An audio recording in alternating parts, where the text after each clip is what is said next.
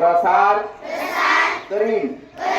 मुलगा असो वा मुलगी, स्त्री असो वा पुरुष, सर्वांना समान शिक्षण मिळावे यासाठी मी प्रयत्नशील राहील।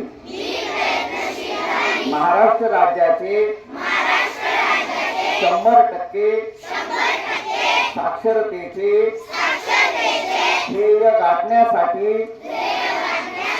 मी माझे सर्वतोपरी व निरंतर योगदान देईन।